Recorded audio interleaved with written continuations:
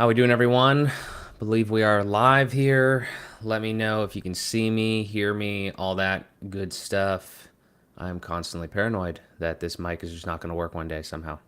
So, wait a couple minutes for everyone to get settled in here. Let me go take a look, see what we got. Did not really do a great job of promoting this live stream, even though we are live every 11 a.m. Eastern Standard Time every Thursday on this channel. I've a hell of a streak going. I think I've literally done this every week this year so far. So I'm gonna try to keep that going. But yeah, so we're here every Thursday, 11 a.m. Eastern. Tell your friends. But yeah, drop a comment in the chat. If you can see me, hear me, let me know where you're watching from, and we'll dive into some of this stuff. But yeah, it was another interesting week in WordPress. When is it not though? Really? I can't really think of one. So yeah. Phil L, appreciate you. Appreciate you, brother. Thank you for being here. This is really going to be, too, that's a good point there, listening in the background. Yeah, this is going to be probably more of a kind of a talking one. I mean, I'm going to be showing some things, but I'm not going to be, unless we have questions or whatever. I mean, I could pull something up, but probably not too much like demo necessarily work today, unless you guys call for it. So, but yeah, I got some topics on the agenda here. We'll go through, recap some of the things, and I don't know, a lot happening. I have a lot of thoughts. I talk to a lot of people seemingly every single week about just like where WordPress is going, obviously different things like that. So we can just kind of dive into it and everything like that. UK, nice, nice. Jackson, appreciate you being here, brother. Thank you so much. Thank you guys. Thank you guys. Awesome. All right. So yeah, hell yeah. Everybody go subscribe to Jackson too. Recently met Jackson on our YouTuber. I don't really know what to call that. Like kind of like a YouTuber call, content creator call with Ann McCarthy at Automatic and like kind of the core of WordPress there. So hopefully we got some cool things coming from that as well. We'll see what how that shapes up and everything like that.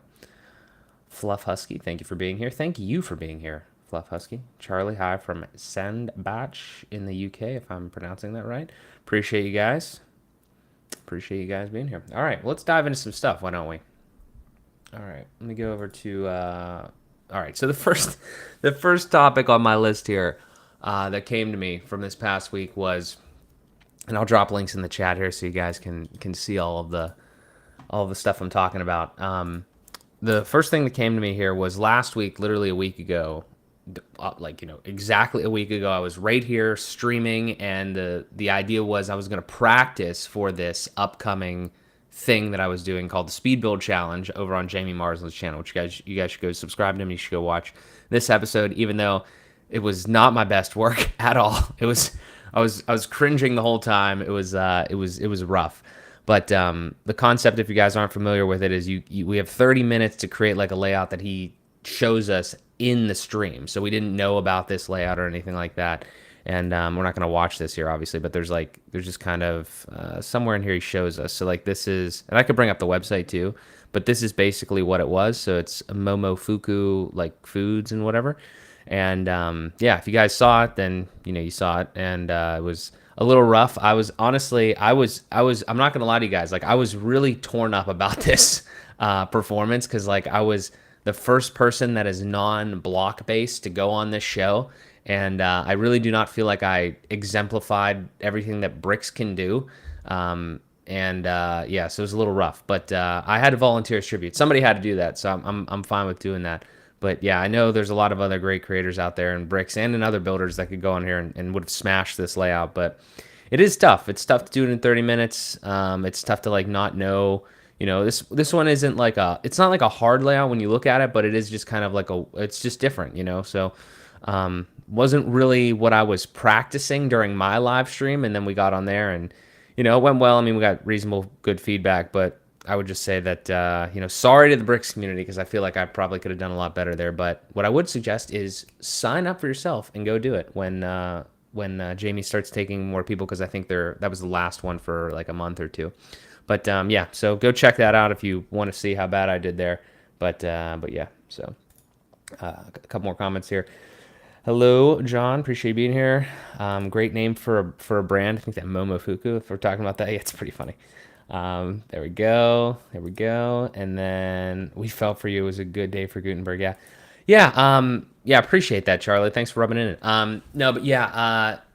I mean, honestly, like Thomas is literally the co-founder of Grade as well. So I kind of had my work cut out for me in general because he like built the product that he was using.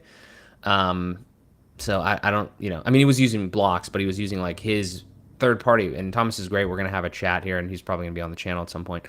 Um, but yeah, so I don't know. There's just a lot of different tools out there, and I've definitely never claimed to be a designer. And honestly, like from a dev standpoint, like just page building and stuff like that, I'm much more of a dynamic data guy than actually building these types of layouts. Like I much more prefer the architecting and the structuring the data rather than like building something like this. So I'm in here and I'm like playing around and just not extremely proficient. But hopefully it got hopefully people saw kind of like the power of bricks. I mean, Jamie. The other thing too is Jamie was asking a lot of questions about bricks like during it, and I was kind of like explaining certain aspects of it. Again, not like heavily on like the design aspect and the layout pieces of it, but more of like how it works. And on those parts of it, I mean, I just feel like I don't know. We could one day, hopefully, we have like one thing that just like kind of like really hits all the marks. I feel like because there's just whatever tool anybody uses, obviously there's always there's critiques that you can pass along. So I don't know if anything's perfect. I don't know if anything will be perfect, but yeah. So yeah, so it was a fun time. There was a lot of stuff there. So great effort in the speed challenge, bro. Aced it after practice. Yeah, appreciate it. Yeah. Did my best there, Jackson. Appreciate you. But yeah, so go check that out if you want to kind of take a look at it and everything like that, and go do it. Like, I mean, go do it as well. I mean, that site is. I would just probably type in Momofuku. I'm sure you're not going to find another website that's close to that. So I can't remember the exact URL, but go take a look at it. Go see if you can do it yourself. Also, I should mention this while we're here is Dave Din. I'm not sure if he's here today, but he did a speed build of this, like kind of on his own channel, which I think if I just go right here, I should probably be able to find pretty quickly.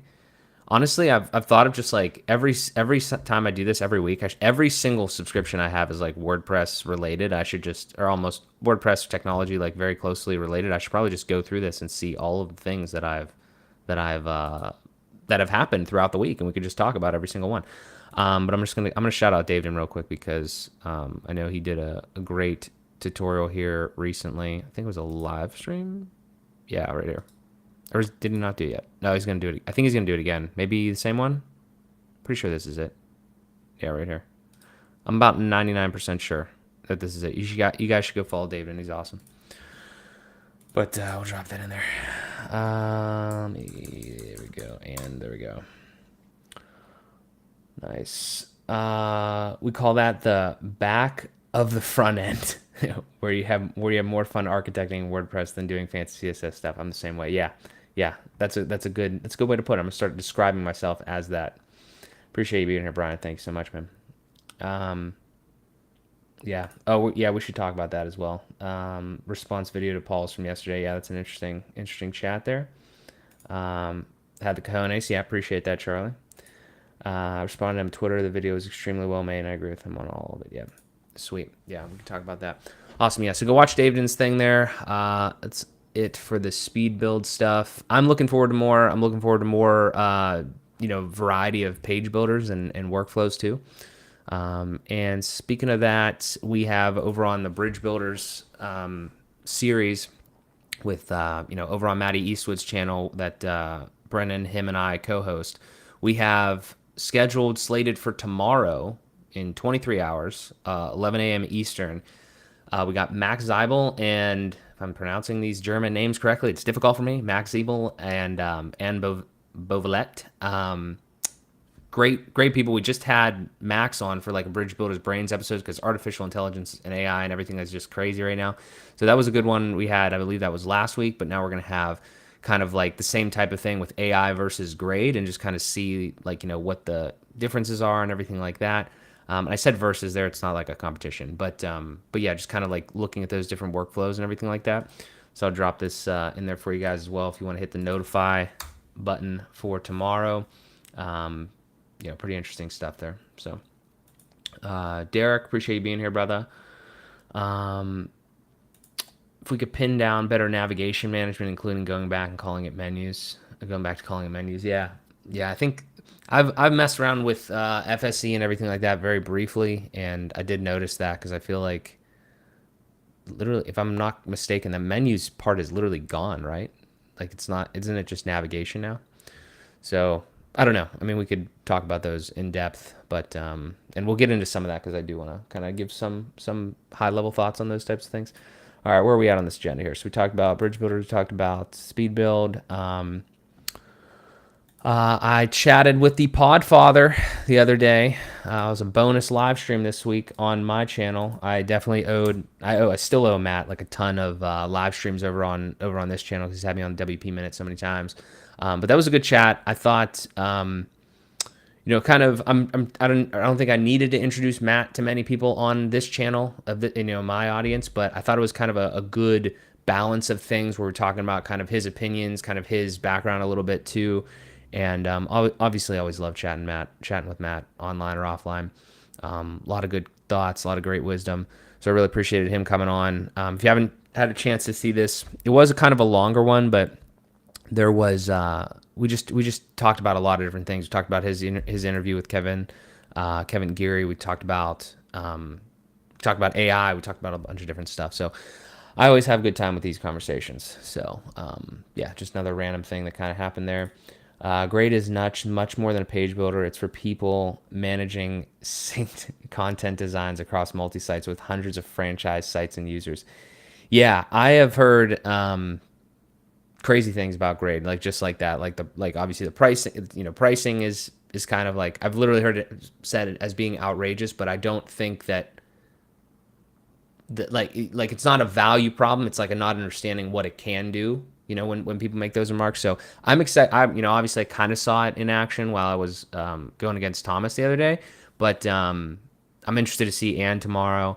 And I think honestly, like I have a meeting set up with Thomas, so I think we're gonna kind of just chat and kind of exchange knowledge there on some of those things, whatever I can tell him about bricks that he might not already know or that I can share with him, and then just kind of see what's up there, and then learn about Grade, and then possibly have him on or something like that. But I don't know. I just think us talking about all these things is definitely productive. So Matt thumbed us down to zone video. Okay, nice, sweet, nice. I have not seen Nectar Blocks. I'm interested to see if you guys, Brian, if you guys have seen that. I have not.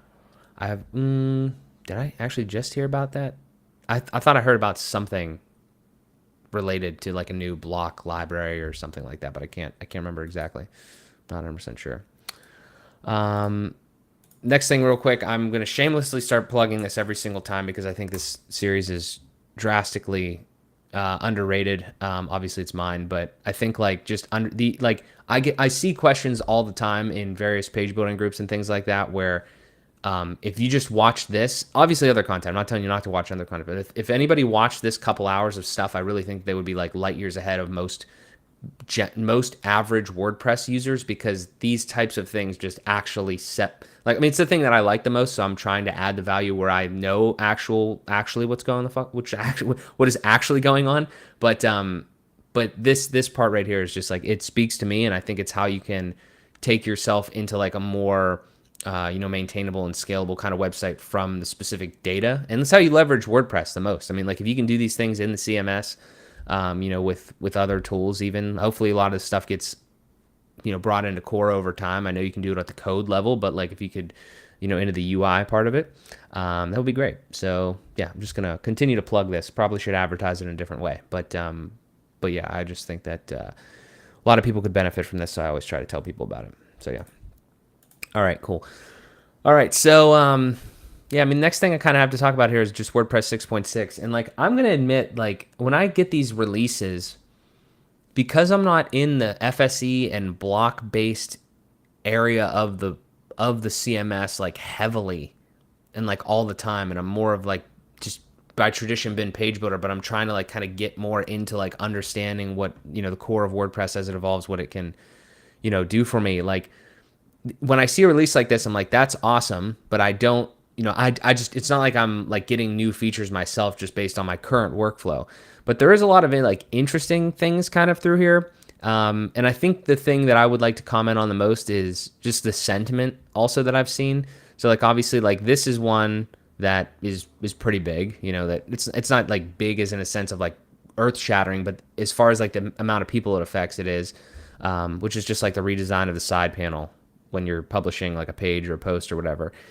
It's minor. I think it's probably a little bit cleaner and nicer now overall.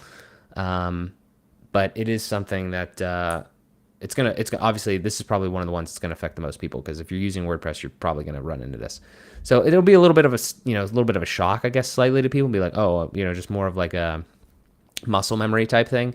But I don't see that being a bad thing. I also don't see it being like a hugely like overly necessary thing. And like from I think the big thing that the overall sentiment when people critique WordPress is about prioritization. And I don't know how you solve that problem. I don't know if there is an answer to that problem because it's always like, I look at this and I'm like, okay, well, I'm going to have one opinion on it. I'm going to think of this and be like, that's cool. But was there other things that we could have done that would have been more important than that? That's also dangerous though, because if you could do that literally to your wits end and never get anything done, if you just said like, hey, maybe we shouldn't have done this, maybe we should have done X, or maybe we should have like at some point, like I'm terrible actually at prioritization. So like I have a lot of empathy towards like that. I understand that argument, but I also like totally understand just getting things done that you see. And then obviously there's the whole way that WordPress works where contributor based and like what are we, I don't know. There's just a lot of things going on. So I don't know. Nice little feature there.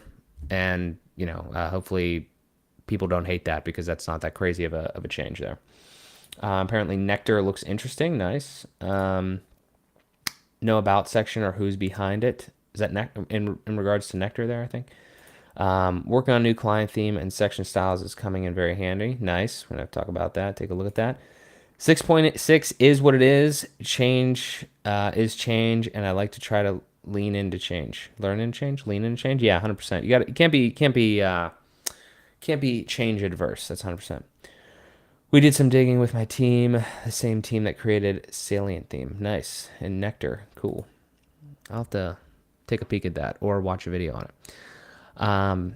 All right, what are some other things? Override sync patterns with custom content. I mean, again, this is the huge feature that I feel like is so awesome. And I, as a Bricks user mainly, I'm envious that like we have not gotten our components yet.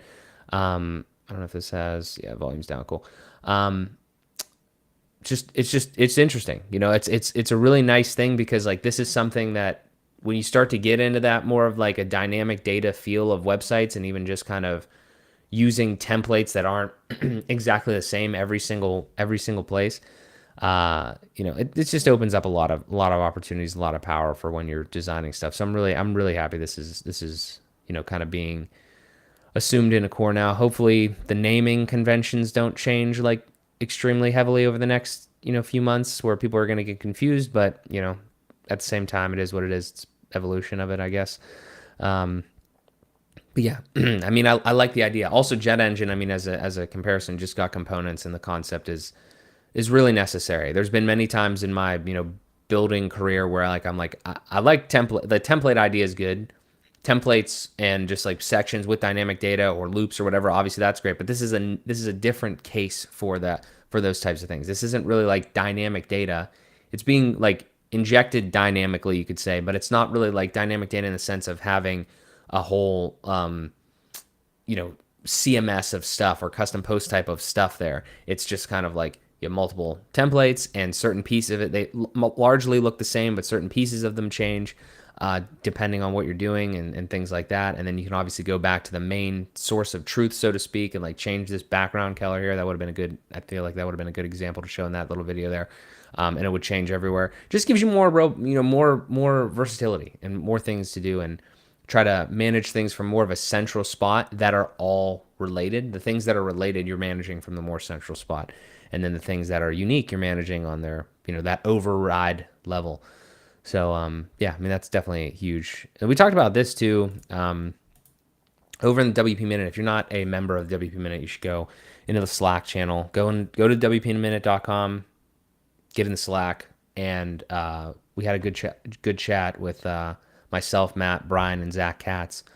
Just kind of an impromptu thing, talking about a lot of this stuff. And automatic plugin rollbacks was one of the bigger ones. That was kind of interesting because, like, if I don't know the extent of this, but like if you have like those automatic things turned on, which I do on some sites, because now I have like a lot of sites that are like just demo based and I don't really need to like manage them because they're not clients. So I just have everything turned on just so because I don't care if they would even blow up. So I have the automatic turned on. And then but the idea is kind of cool if like it can somehow like know that something got broken and automatically roll them back. I don't know if that's exactly what we're talking about here, but kind of is what it implies. So, and I would imagine something like this, if this is like kind of more new now, like it might just continue to get better. This is just like one of the big things, this concept, regardless of if it's in core or not, like the concept of being able to automatically update your shit. Well, first you like consistently back up your stuff, right? Like automated backups for your hosting, multiple levels there. But then being able to automatically update your stuff, so you're not in there doing all of that work yourself. But the caveat is if something breaks, know to roll it back to the thing. So I just love the concept here in general. I'd like to see even more things implement this at the hosting level or what have you. I mean, whatever we can. But I mean, obviously having it in core is like a great concept, I guess. So. Yeah, I don't know. What do we got here? Interesting AC special projects. We should chat sometime. Yeah. Hell yeah. We're connecting people on the stream. Nice. Derek and Brian. Love it. What else we got here? New design elements. So site background image. That's interesting. Is that like the whole background? I'm not even going to pretend that I know what that actually means, but I'm going to assume that means kind of the site-wide background image. Okay, cool. I mean, that's one of the ones for me. It's like that's interesting. That's one of the ones for me. Like I'm kind of confused why we didn't have, but I'm not gonna gripe about that. That's good. Negative margins, obviously, that's something that is great to have. Grid support. I mean, I feel like that's gonna be huge because just without grid, like I mean, it's kind of limiting in a lot of different factors. So that's fantastic. Shadow styles, cool sections, specific styles. This is kind of interesting. I want to watch this video real quick. So I know there's this style concept, and okay. So I guess initially you were only able to do like one style per like website, and you weren't able to kind of do it independently like this. Like you just have like your main theme style, I guess, in a sense, and now you can do it. Okay. Yeah, I mean that's kind of cool. Again, I feel like one way you have to look at this stuff is more from a there's a concept right now of coming through and Paul Charlton WP Toots talked about this kind of yesterday, like looking at it all from a beginner's point of view. And I would say that like this is one of those ones where it's like, yeah, I mean, I totally get that. Like that is kind of interesting to think about it in that way from okay, I'm a beginner and I want to have like an overall theme, but then maybe I want to kind of like change certain things. Like maybe I want to have like a light theme, generally a light theme with that blue accent, but then I want to change one section to kind of feel a little different. And then okay, down the line, I want to change it to dark mode in a way, like the whole thing to make it darker. And then I would switch the whole thing to dark. And now those two sections wouldn't just be, it's not like it all changes to dark. It's like, it's more of like, there is an independent. Is she? I think is this Anne who's doing this? Maybe it's Rich. I'm not sure who did this demo, but like whoever, right here, it seems like you have like blue and light blue, and then you can go back to your full theme, I guess, and you can. Okay, yeah, that's a cool concept. I mean, it's very. I'll liken it to something that I've seen personally and used is like ACSS, where you can have kind of your like a lighter, like a dark light background. What's the best way to say it? Like a it's a light background, but it's not. It's your maybe your base color, but it's more of a lighter version. So you have light, and then you have like ultra light or something like that, and then you would have a toggle or whatever to turn it to dark, but you're not going to turn everything the same shade of dark. That's kind of cool. I mean, it's a nice little feature there. Again, one of the things that I feel like we continue need to do is like make sure that people understand how these things work though, because like that's like a really powerful feature and it is relatively straightforward, but like we just have to make sure that like a beginner would know exactly how to set that up, I feel like. So yeah. No grid for query loops yet. Interesting. Interesting. Yeah, I mean, I have no, I don't know about this. I think like from the times that I've played around with it, like, do you need, general question for people that use block-based stuff? And I would say like kind of like core, and then like I would want the answer like in core terms, and then I want the answer in like other things because I know the answer is yes in other things. In like actual core, do you need to add add-ons for like most queried stuff? Like, because when I think of dynamic data and like that series or whatever, I'm thinking like the possibilities are basically endless, but I'm using things like ACF to build the actual stuff. And then for the querying part, I'm using like bricks, or I'm using a jet engine, or even Elementor like back in the day. So I'm just wondering like what's the extent of that? Like I'm pretty sure there's a query block, like a query loop block, but like is it good? Is it bad? Like is it lacking in like certain things? Can I do like any sort of meta query? Can I query like all sorts of different things and make the query? Can I make the card, so to speak, of the query however I want? I feel like I can do some of that. I'm not sure to what extent though. That's just a general question because I don't know the answer. The demo doesn't really show the full potential. I've been using section styles and it's pretty cool. Interesting. All right, so apparently there's more than that. I mean, on the surface, I feel like it's a good start. So it's awesome to hear there's more. I'd love to see all that. That's a lot of Keller combos. Yeah, that's the other thing too. Is like I mean, that's I don't know. I don't want to speak on stuff that I don't know. So that's kind of I'm sure there's ways to even customize those and do that stuff even more. So yeah. Smaller JSON files more manageable. I like the smaller files. Max, there you are, buddy. What's up, man? I'm gonna just ask you right now. Are we good for tomorrow? People are worried about you. We hadn't heard from you. Hopefully you're all right. Good to see you though. Definitely hit us up in the Discord or X or whatever. Good to see you though. Looking forward to it. Um, Adding the fact that I can create one pattern with multiple color options now rather than many different patterns. Oh, interesting. Okay, so adding the fact that I can create one pattern with multiple color options rather than many different patterns. Oh.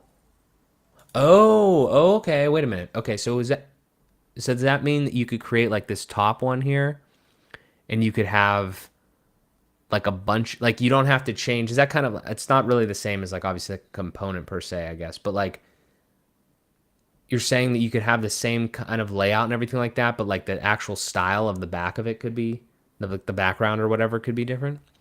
That's kind of interesting. That is I could see how that would be definitely useful. Same on smaller files. My clients typically have too many colors, so I can make sure only build sections with accessible buttons. Yep, gotcha. Most sites we build have one plugin, our own for SEO, etc. We mainly rely on core blocks with a few exceptions. That, see, okay, so Phil, I've definitely seen you, I believe, in WP Toots' stream. So again, thank you so much for being here. And I like that right there. I apologize if I haven't seen this. If it exists, and if it exists, then send it to me or something. But what I read into that comment is like that is such a crazy cool concept that I feel like a lot of people don't like, wouldn't even like understand in the WordPress world. I'll get into some of this other stuff here soon, but like what I've seen just in general over my tenure of WordPress is like a lot of people, just basically have a problem, they throw a plugin at it. It's getting probably better now because like people might start with core and there's a lot that already is in there. But my thing is like when I read that comment that you just had there, like most sites we build have one plugin, our own for SEO, and we rely on core. Like I would like to see more I know there's already content like that, but like what does that actually look like? What does that end up being? How much custom code, if any, is involved in that? I just want to see more stuff like that. Like I would love to see like what an actual project looks like. And this probably already does exist. So if it does exist, shoot me links. But those are the types of things that would be kind of really interesting. And I think they'd be really impactful for the stuff that everyone's trying to do on YouTube, as far as like the answering the actual question of how much, like what could you build with just core as an example. And I'm not talking necessarily just a homepage. I'm talking like a full project for people, because I just don't think there already is content, some, but I think there would be even more would be better, and it would be definitely eye opening to everybody that is using page builders or different tooling sets and things like that. Still, the UI is an utter mess with hidden stuff all over the place. Yeah, I mean with WP Toots's video, yeah, that the typography thing specifically was a little weird. How you have to like enable that every single time that you go back in there. So yeah, I mean, I don't know. I try to have I give it as much grace as possible because I understand that this is not like an easy task to do. But I feel like we should kind of start to refine. I feel like that was a general sentiment as well with some of the stuff that I've seen. I don't know. It's not, these aren't easy problems to solve. But yeah, got to contribute. I'm actually, where's that at? Do I have it up here? Right here. Look at this. Look at this. This is amazing. Shout out Brian for telling me about this. This is the Dorsey page right here, the actual release page, and I guess it shows everyone down here that like I didn't do anything, so I don't even know. I put one comment in the GitHub on a GitHub issue, and I was actually kind of like trolling Matt about it. So, but yeah, I'm like right down here somewhere. Look at my name. That's sick. Enhance. I don't know where we're at here, but I'll just Control F. Where am I typing that at? Oh god, I was typing that in a different tab. Hang on. Look at that. We're in there. We're in there, dude.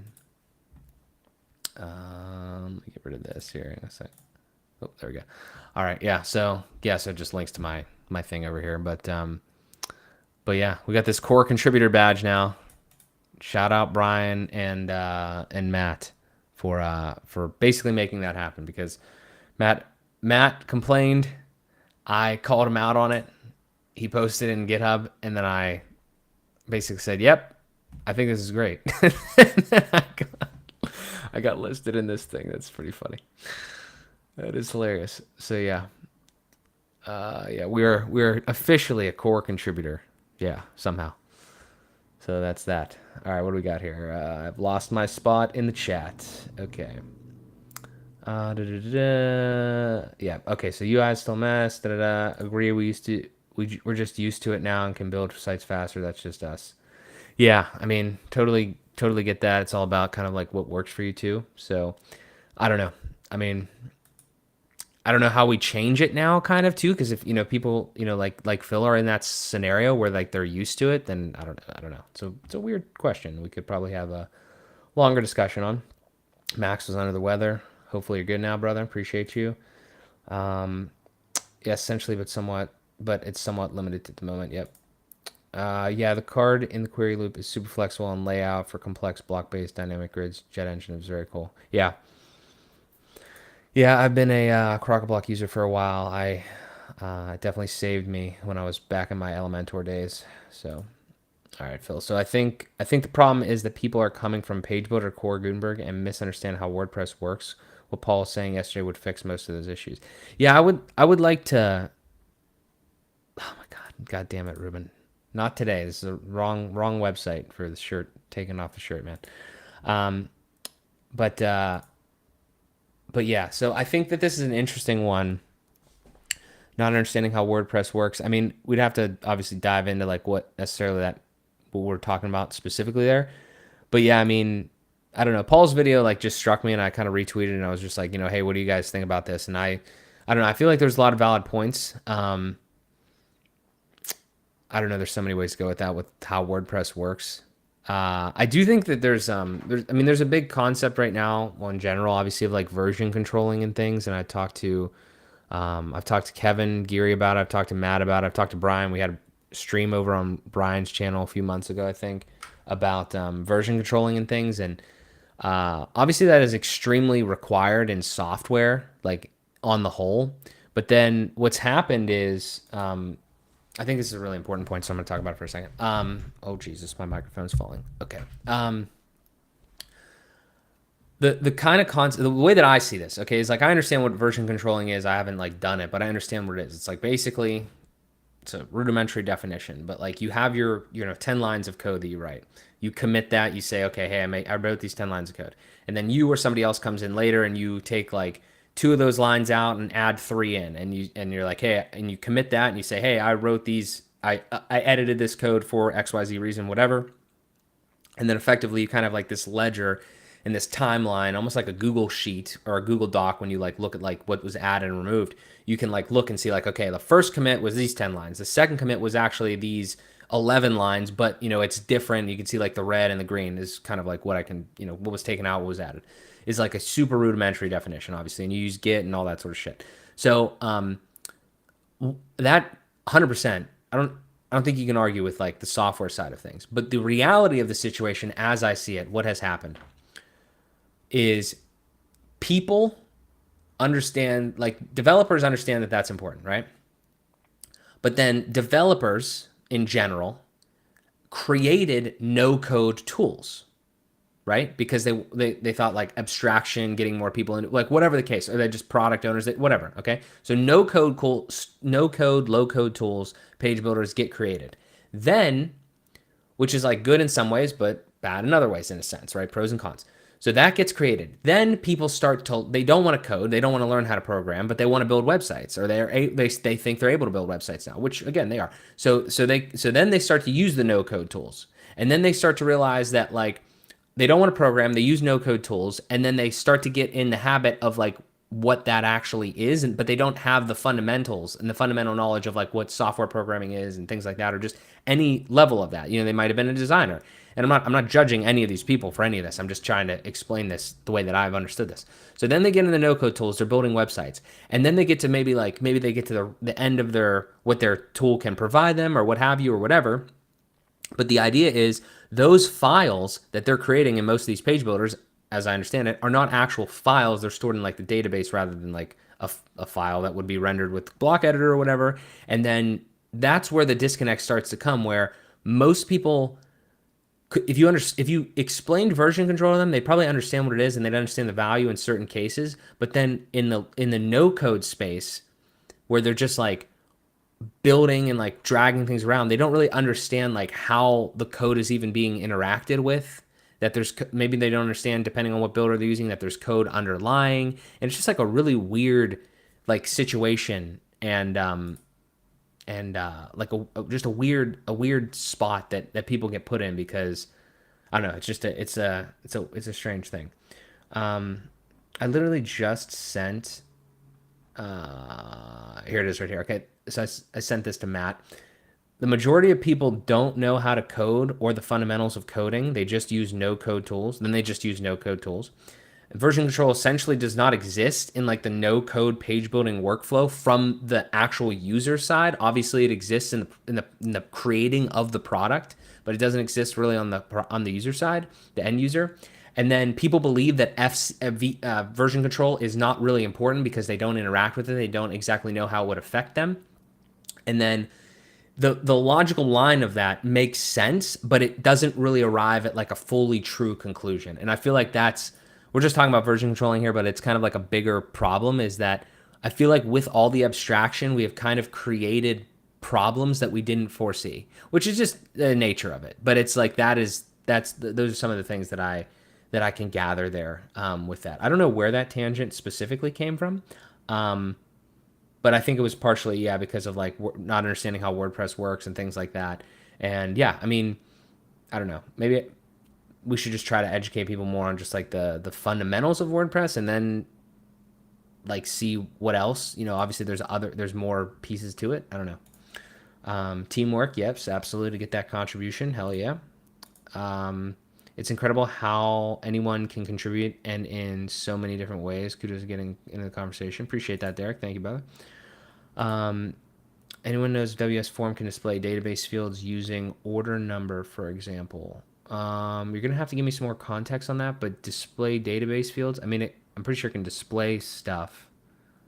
You're going to need to tell me specifically about the order number piece, though. Are you trying to, like a WooCommerce order, or...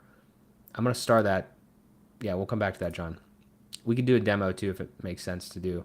But I feel like the answer is yes. It's just how and like what exactly you're trying to do. but our clients love Gutenberg. I wouldn't feel safe allowing some of our clients loose in a page builder. I mean, that's a general sentiment that I've seen. Is like I don't really let people involved into bricks. I'm also confused slightly about. I would have to like get more clarification because that first part of the sentence I've heard a lot. Like our clients love Gutenberg. If that is the case, then awesome. Like if a beginner actually does know how to use Gutenberg, but I've also heard a lot from like meetup people. We got to talk about meetups too. Me and Brennan did a stream the other day about it, but we got to talk about it. But the thing that I'm confused on is I feel like I need better data on what we mean by like our clients love Gutenberg. Because I'm sure it's true, obviously, in some cases. Just like I'm sure some people love Elementor, some people love bricks, some people can use them, can't use them, whatever. But like I've heard both sides of that. I've heard people hate Gutenberg, like clients hate Gutenberg, and I've heard clients love Gutenberg, and I'm wondering like the problem with saying that in a sense. I'm not saying there's a problem with your comment there, Phil, but I'm saying like the issue with everything is that I'm going to say this until I'm probably blue in the face. I feel like there's definitely a lack of what's the word now? I'm losing it. Anytime we talk about anything in this community, what I've noticed from my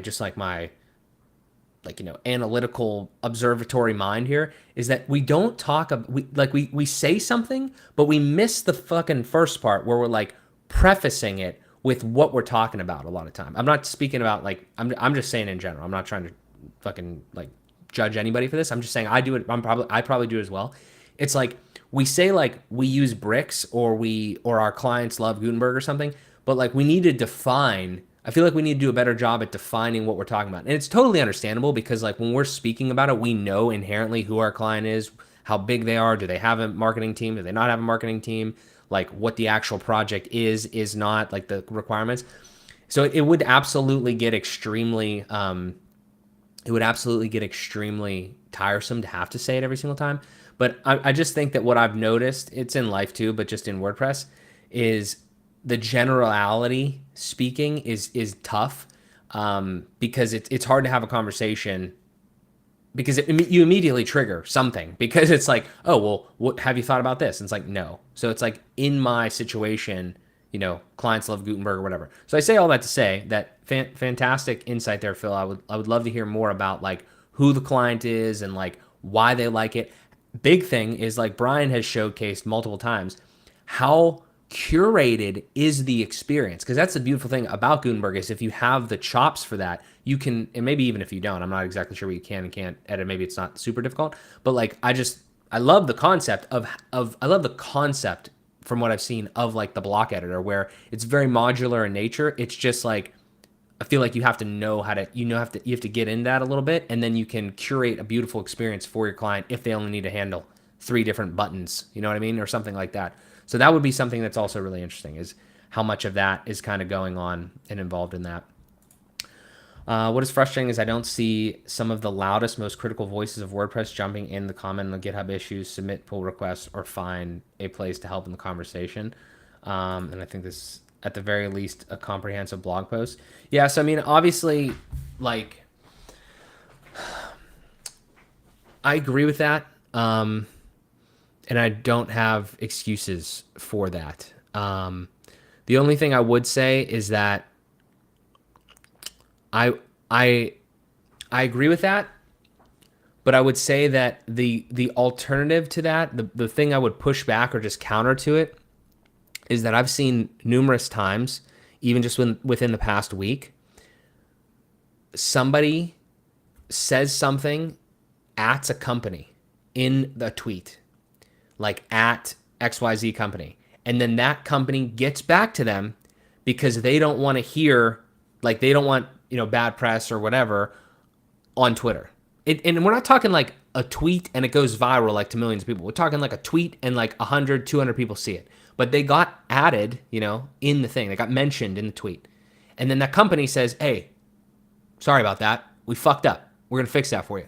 I don't really see that too much in WordPress, from what I can tell. All I'm saying is, like, in my mind, and maybe the excuse here is it's a project, not a product. Definitely heard that one. But my thing is, like, if somebody cares enough to talk about it, I'm not dismissing the fact that we could probably just go in and put an issue in on GitHub. I think that that would also help. But if somebody cares enough to talk about it publicly, then I feel like we could also like recognize that that is something that maybe we should talk about, and maybe we should actually, get some like like a reply from, hey, yeah, we understand where you're coming from here, da da da, whatever. So I don't know. I see both sides of that. I don't know what to tell you. I'm not in GitHub. That was the only thing. I mean, I have it up in my bookmarks here, and I don't, I'm not in there enough. But I totally get it. I don't know. It's a weird spot, because you got to try to like balance. Really, what we kind of should do maybe is like budget some time to do that. So yeah, I don't disagree with it. I just think that there's also I just see both sides of that one, because again, like, I don't know. There's different things there. Yeah, I mean even a blog post too. I mean that would definitely help. So yeah. You can have version control building with block theming using create block theme. Yep, I actually did use that. I tried that when I tried FSE. It was kind of cool. Make edits with the site editor and then save with create block theme. Okay. Interesting. Cool. I would like to interview an agency owner that uses a page builder and have them break down their project workflow. Well, we could probably find a ton of those for you, pal. I think that would be a really good thing. I would tune in for that one. For most of my career, version control for a client website is last night's backup. See, that's exactly what I'm talking about. Thank you, Phil. Yeah, I will tell you straight up. I feel like I'm always like kind of like in the middle of like two worlds almost, and like I'm trying to like describe, like take information in my right ear, process it, and send it out to people on my left, and then the same thing the other way. I will tell you for certain that that concept is exactly what like the page builder community kind of feels in a sense. Whether or not they vocalize it, that's exactly what they think. Because obviously you have to have backups, but backups really don't do the same exact thing. Obviously, I'm 100% aware of that. Like version control, backups is like a rudimentary, completely rudimentary way of version control in a sense, right? It's not the same thing. It is just like, I can't think of like how you would say that, but like it's just not the way you want to do it, but it kind of solves a type of problem that's not really exactly the same. But it's a way that most people do it, right? And everybody needs to have backups, right? Like that's easier to say than you need version control. It's easier to say you need backups. So my thing is like, people will literally say to you in page builder world, it's just not necessary. Like it's not necessary, or it's not needed for most of the types of projects that people are doing in page builder world. And what I mean by that is like, we should probably just figure out like a generalized bucket. I'm just gonna say anything under $100,000, which is probably that's again too generalized. But I'm saying like there's kind of like a number figure, or like a level of stuff. Like if you're not writing any custom code, I'm not saying it's impossible, obviously, to do version controlling, but like it's like are you adding it in there? Is it worth it? Cost benefit analysis, like that's where people are coming from on that argument, from what I've seen. And obviously it's more nuanced than that, but that's a great comment there. It's like, yep, it's just last night's backups, whatever. Is that a like a oh no face? I'm not sure, Brendan. But yeah, appreciate that little emoji. I love Brendan O'Connell. Everyone does. Does anybody not? I don't think I've ever met anybody that doesn't. Gutenberg is hard for DIYers, but great for clients who pay us for the site. We train them and we hide weird stuff. That's a really good comment too. Yeah. I'm just thinking in my head, like, what do we do to make that easier for DIYers then? And and how does that actually reflect on what we're kind of doing here? I don't know. That's a tough one. Cause like if we're democratizing publishing, then obviously then the DIYers we'd want it to be easier for them, and maybe we are moving that direction for sure, but definitely 100% great for clients who pay us, train them, and hide weird stuff. I mean, again, well, the only thing I would say there though is I don't think that is necessarily builder. I don't necessarily know if that's builder specific though, because I've let people, I let clients into sites that had Elementor on them. I let clients into sites that have bricks on them. Now they're not really in bricks or Elementor. I've never really let anybody do that, just because I think that that's dangerous. That said, though, there are things I know, at least in bricks. Obviously, I'm slightly out of the Elementor space now, where you could do the same type of thing that you can do in Gutenberg, like where you can hide things, curate the experience. You could definitely curate an experience with bricks. I don't think you can do it natively. I think you need like an advanced themer as an add-on. But again, that the concept there is there. So that's an interesting discussion to have as far as like curating those experiences. But again, you know what? I'm going to say this right now. At the end of the day, I have to get more clarity on this, and if you guys know, you tell me. But at the end of the day, right, is it true that every page builder is writing stuff to the database and every Gutenberg like building experience is actually creating files rather than like just throwing shit in the database?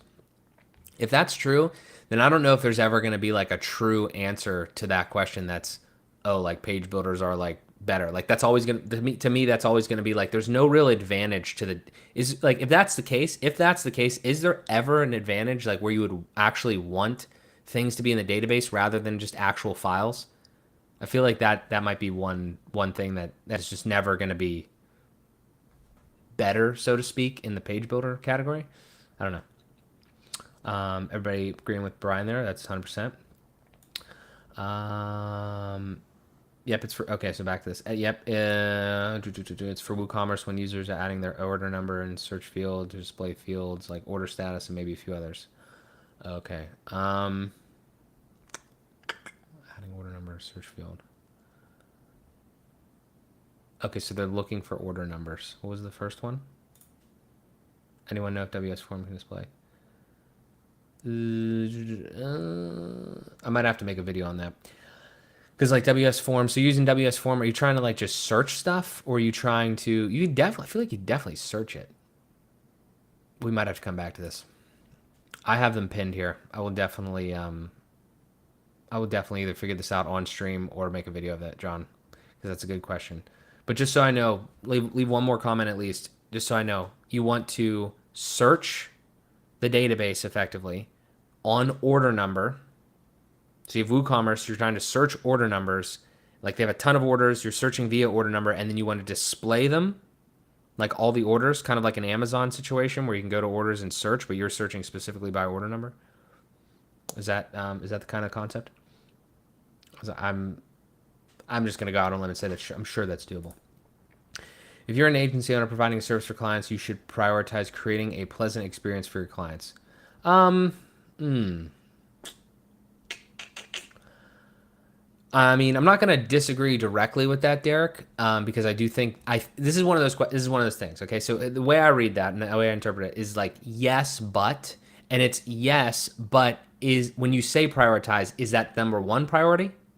Because I don't. First of all, obviously, it might not be the number one priority in every case, but I would even say in most cases, yes. However, I feel like this is just so. I feel like it's really variable, and maybe I'm biased because of the people I've worked with. My clients absolutely would care way more about making money than having a pleasant experience because most of them don't give a shit about the website.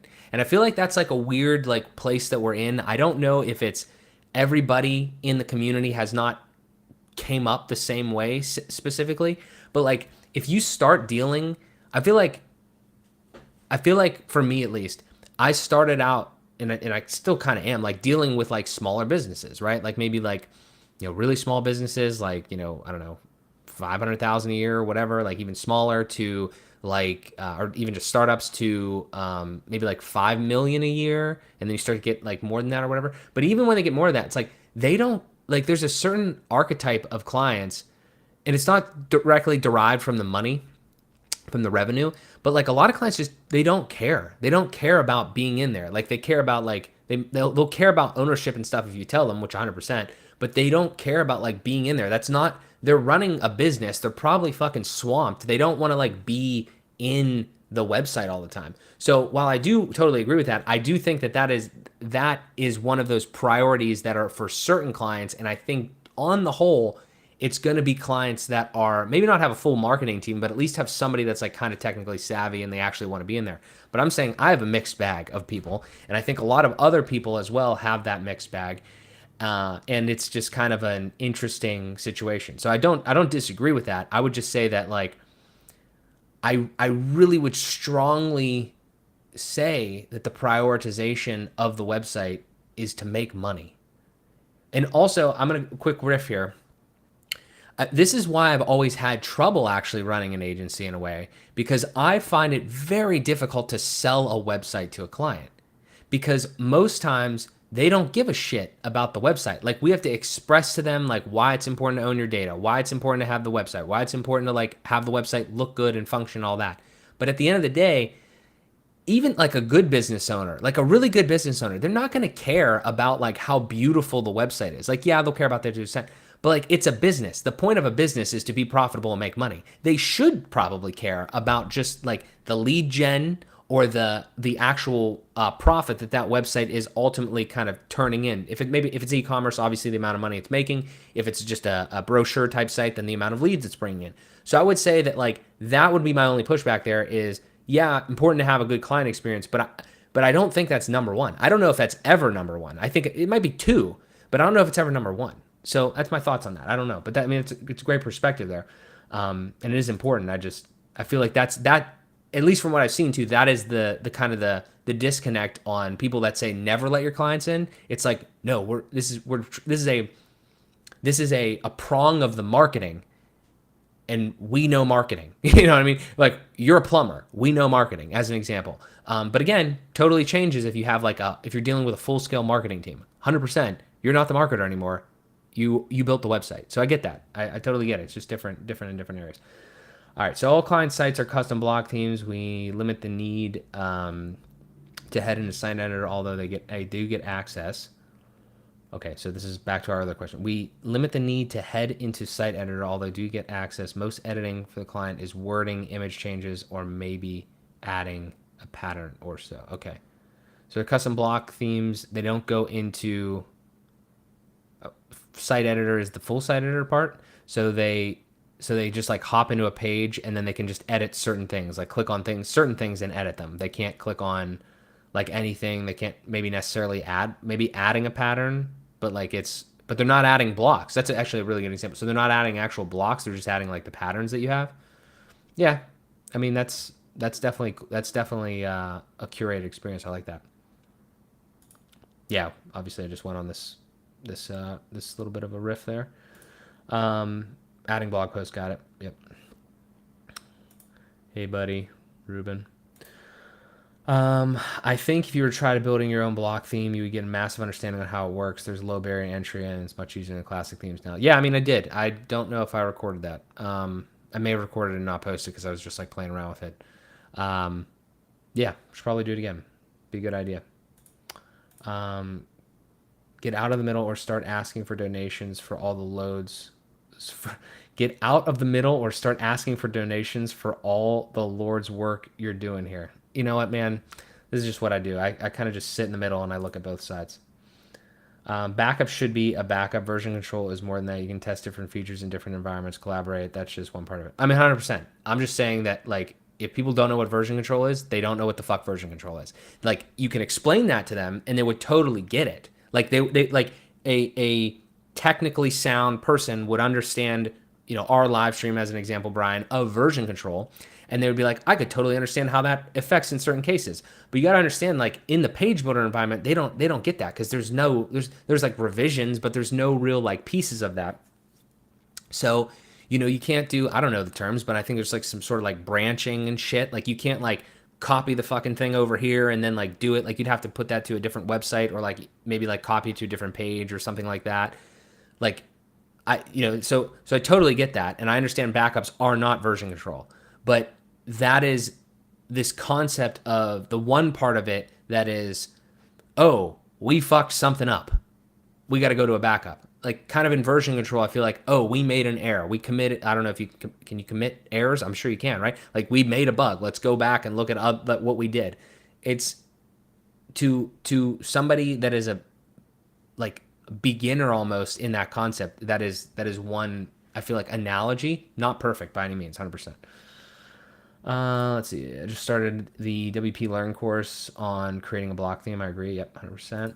Could take more look. Imagine trying to build WordPress without version control. Now imagine trying to build a client project that 6 different people are working on. Okay, let me read that again. Imagine trying to build WordPress without version control. Are we talking about building the actual software here? Because like, yeah, that wouldn't make any sense. Now imagine trying to build a client project that 6 different people are working on. Yes.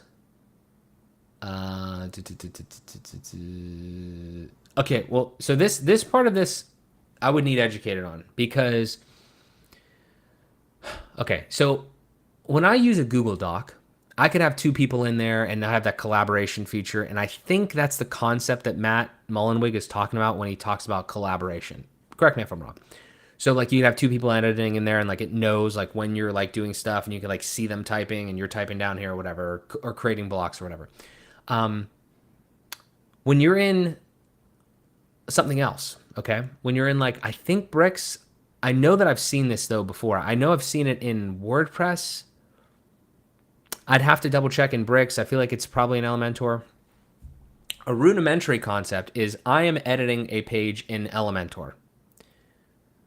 John, my teammate, also has an admin account on here or whatever, wants to edit the same page, but they can't because I'm already editing it.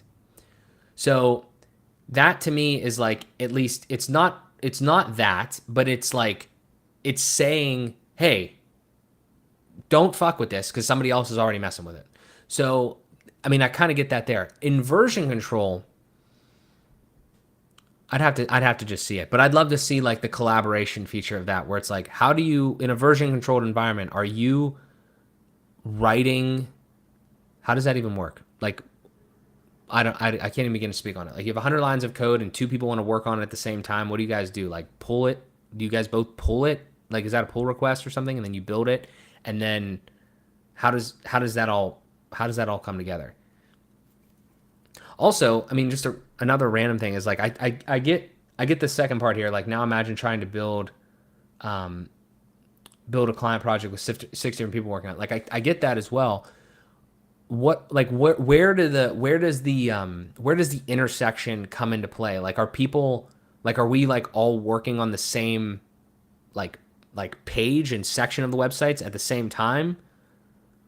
I'd love to see the workflow. I just don't know. Because in my mind, it'd be like, okay, well, John, you take this page, Steve, you take this page, and it wouldn't be. I don't know. I have no idea. I'm a 1-person show, so I have no idea. Multiple 6 people. What does it say? Multiply 6 different people by how many for everyone working on WordPress? I'm confused now. Now imagine trying to build a client project that 6 different people are working on. I got that. Multiply 6 different people by how many? Yeah, okay. I'm confused there, but okay. Subscribe to websites, RSS email. Yep. Yes and no. You can export the theme, and yes, it will be a file. Wait, what? Was I lied to? I think that was back with the. I'm pretty behind in chat here, obviously, because I'm talking a lot. But I think that was the database thing versus the flat file thing. That's interesting. But the create block-in plugin will write HTML files back to the theme. Well, I mean, yeah, I mean, if you're going to use core, I'm sure there are already block themes, yeah, for sure, like 2024 and stuff like that. But if you were going to create your own theme, which I mean, like, again, that's the other thing too, is that if you're used to like bricks, you're really creating your own theme pretty much every time, or you have your own kind of like, I'm gonna say most people like feel like they have their own theme because you go bricks and you go child theme, and then effectively the bricks child theme is your theme. Like if you have a blueprint, it's kind of like the way that you've set it up. it's that type of thing. Maybe you have some custom templates in there that you use all the time. But effectively, you're creating your own theme every time. Obviously, it's page builder land and not WordPress. But I feel like if I were to use core, I would use the create block theme and build my own thing because, or I mean, you could use 2024, I guess, but then that part always confuses me because now I got like shit that like other people made and like I don't necessarily want that on every project. So I could delete it, but then I don't know. I love the create block theme concept. It seems like a way to just have like a fresh theme for that. Um, but I'm confused. I'm just confused. Obviously, it's just a chat. I'm confused about the create block theme plugin will write that back into the theme. So if that's the case, are we saying in other situations it doesn't do that? Does it have to be a custom theme for you to do that? I don't know. I haven't played with the create block theme plugin. Okay. Brendan, all I can say is I'm at least happy to have versioning light for CSS in Bricks now. Having 2-3 devs working on a site at once and not losing all classes was not fun. Yeah, but it's not real and leaves a lot to be desired. Yeah, I don't think anybody's advocating against more version controlling too in like page builder environments. So it would be nice if that continues to evolve. All right, if your clients don't give a shit about their websites, then they probably don't pay as much, but there's probably way more of them out there. Yeah, I mean, I probably did say don't give a shit about their website. I don't know. The nuance of that would be I still really feel like they just care about like they care about their website for sure. They don't want it to go down. But why? What is the root of why a plumber or a SaaS company would care about their website? It's probably to lead gen, sell the product, or at minimum brand awareness. So obviously they do care about those other things. But I'm just saying if we're thinking about priorities of those, I still feel like lead gen or making money directly from it are the main things. And then obviously all the other things are right below that. But that would be my thought process on it. And I don't disagree that like yeah, the people that care more about the website are willing to pay more. It's like the people that care more about like, you know, or you know, are more invested into the idea of like, I don't know, people that care about XYZ are willing to spend more money on XYZ. So yeah, totally. That's fair. I don't know what point that was. If someone is making a living from their website, you want to empower them to have autonomy managing their content. Yeah, no, I mean, I'm totally down for that if they want to do that too. And obviously, it should be kind of a little bit by default, but I don't know. I don't know. Here's a good question though. On the whole, obviously different for everybody. Do you encourage? So you're building a website, okay? You're building the website, you're curating and everything. Let's say you do all that by default. Do you like encourage them to go into the website and do things? Like where does that start? Because this is the other part that's tough for me because again, like I was saying earlier, it's hard for me to sell just websites. I feel like there has to be some marketing associated with it to kind of like get them to understand the actual ROI. Just because most business people are like that, they like, oh, I'm going to spend $10, I better make 20 or something like that. So if that's the case there, do you guys like build the websites and then like almost force them to also handle the content and like or like force them to like be involved and log in? Obviously there's other services you can, but like how does that kind of go? I didn't explain that properly. I don't mean like force. I mean like, are you encouraging them to do it? Because it sounds like if we're going to go through the effort of like curating and everything like that, like would you not even encouraging with a client, would you rather see them in the website or not see them in the website? I'm not saying force them. I'm not saying don't allow them. I'm saying like, do you think the client should be in there? Like, would you rather them be in there, be involved or not? And then it's like you can go into several different like nuances of like to what extent and all that, but that would just be kind of like where my thought process goes. I don't know. It's a larger conversation to have. Let's see. Brochureware sites, not so much. They pass the work off to you, agency owner. It is contextual. Yeah, I mean, for sure. I mean, we would need to also like, obviously, before we have this conversation, like there would need to be like, okay, brochure sites, e-commerce sites, um, like heavy content sites, because I've built different ones too. I built like very, very simple brochure sites. I have clients that have like a ton of content. They're constantly posting blog posts and videos and stuff like that, like custom post type data on the websites. And it's been great for them. I set up the layout and they throw in the title, any of the content or whatever, different links and stuff like that. And I train them on that. It works really well. They don't care about the the layout necessarily so much because they don't deal with that. Like they don't deal with the layouts and things. They deal with the actual content that the people are seeing. So that's another interesting one. I just made my WordPress site, but it looks weird if you search on Google and different than I made it. Okay. It's a good question there. What's that? Lowick? I don't know. Yeah, appreciate being here. Great question there. When you say look at it on Google, are you talking about like what it's like the words that it says, or are you talking about the actual website? So like for instance, if you're searching it on Google, if it's indexed and you see it come up like my site XYZ or whatever, are you saying the wording, like the actual title tag there and like the meta description is all different, or when you click on it, it's different? Um, Give me some clarity on that, because if it's the words on Google, then it's more of like an SEO meta tag descript like issue, and you're probably going to need to like, I don't know if you're using a rank math or a Yoast or whatever. We'd have a conversation about that. You'd look into the tagging situation and I mean, I don't know. You could really go into like Google Search Console and stuff like that and deal with that. Or if it's like if you're clicking on it and you're seeing something weird like on the website, then I can't think of off the top of my head what that would be, but that would be a different cause for concern. Making sure you're definitely on the right website and stuff like that would be a super low hanging thing to see. Give me some more clarity on that. Bill Darius has that. Haven't used it though. I can't even remember what I was talking about when I said that. That was like 10 minutes ago. Appreciate that though. Um, any plans to do website critiques similar to what Kevin does? I don't know if I'm in that realm yet.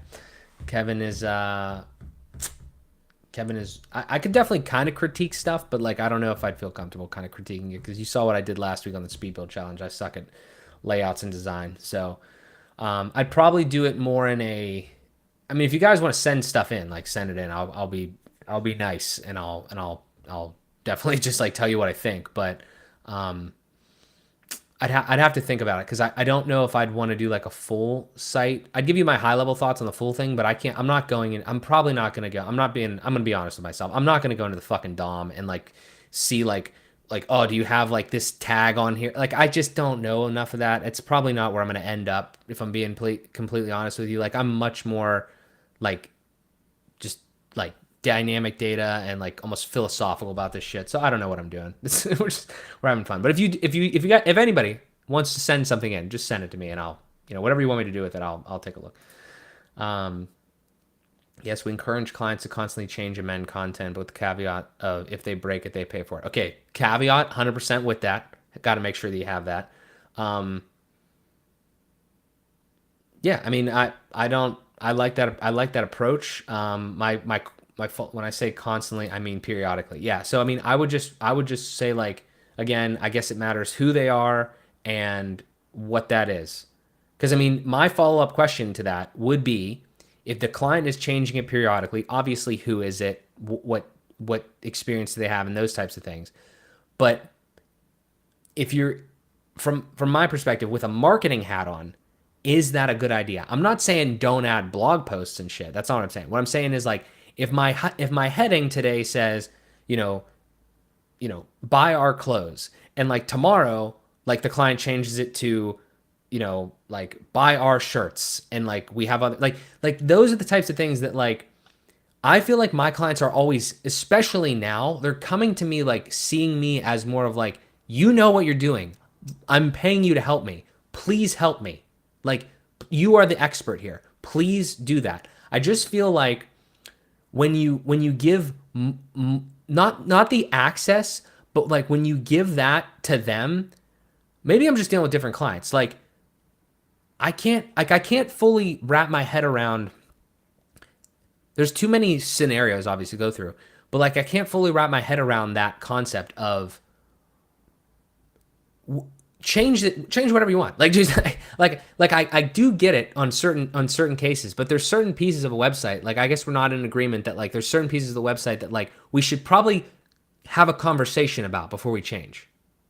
Maybe that's a better way of saying it. I'm not saying like I'm the end all be all. I'm not saying that if my client came to me, here's how I would handle it. Here's how I normally handle this. Maybe it's right, maybe it's wrong.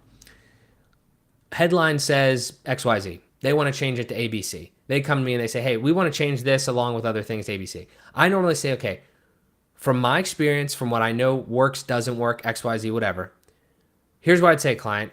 1, 2, and 3 things that you told me, totally get. There's more kind of like, maybe they're good, maybe they're not, whatever. Okay.